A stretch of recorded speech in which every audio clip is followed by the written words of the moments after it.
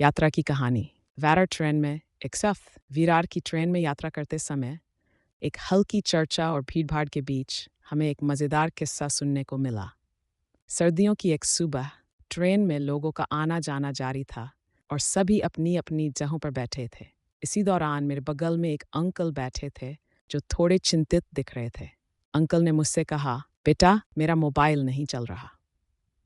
उन्होंने अपने मोबाइल की स्क्रीन मेरी ओर बढ़ाई। मैं देखने लगा और पाया कि उनका मोबाइल बिल्कुल फ्रीज हो चुका था। अंकल, ये तो बहुत बड़ा मुद्दा है।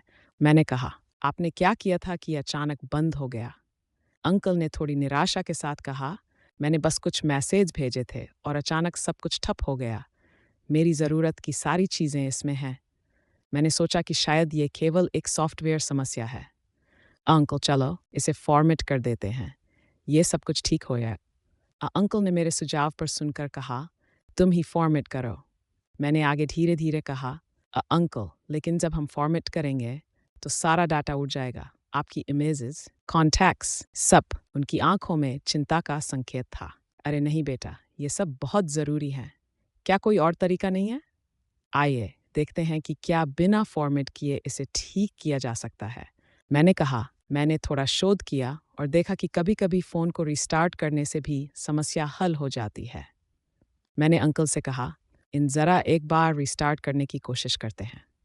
उन्होंने मेरी बात मानी और फ़ोन को रिस्टार्ट किया। कुछ पल बाद जब फ़ोन दोबारा चालू हुआ तो मैंने देखा कि कुछ काम कर रहा है, लेकिन अंत में यह भी ठप हो गया। मैंने कहा, तो फिर अब फॉर्मेट करने के अलावा कोई उपाय नहीं है? अंकल ने मुझे कहा, ठीक है, कर दो, लेकिन ध्यान रखना कि चीज़ें खोना नहीं चाहिए। मैंने थोड़ी तकनीकी जानकारी साझा की। मैंने फ़ोन को फैक्ट्री सेटिंग पर रीसेट कर रहा हूँ, परंतु आप अपने डेटा के लिए पहले बैकअप ले लें। अंकल ने अपने फ़ोन को रीसेट करने की सहमति दी।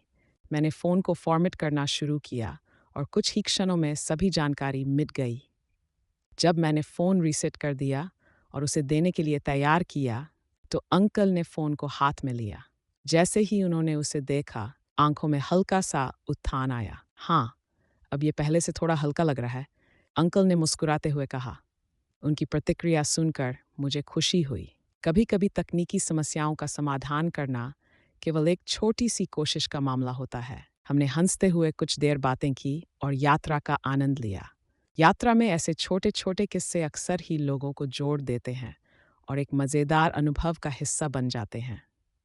सभी ने अपने यात्रा की कहानियों को साझा किया और यही यात्रा की असली खुशी थी। ये किस्सा हमें ये सिखाता है कि कभी-कभी समस्या का समाधान खुद से करना और दूसरों की मदद करना ही वास्तव में यात्रा का मज़ा बढ़ाता है।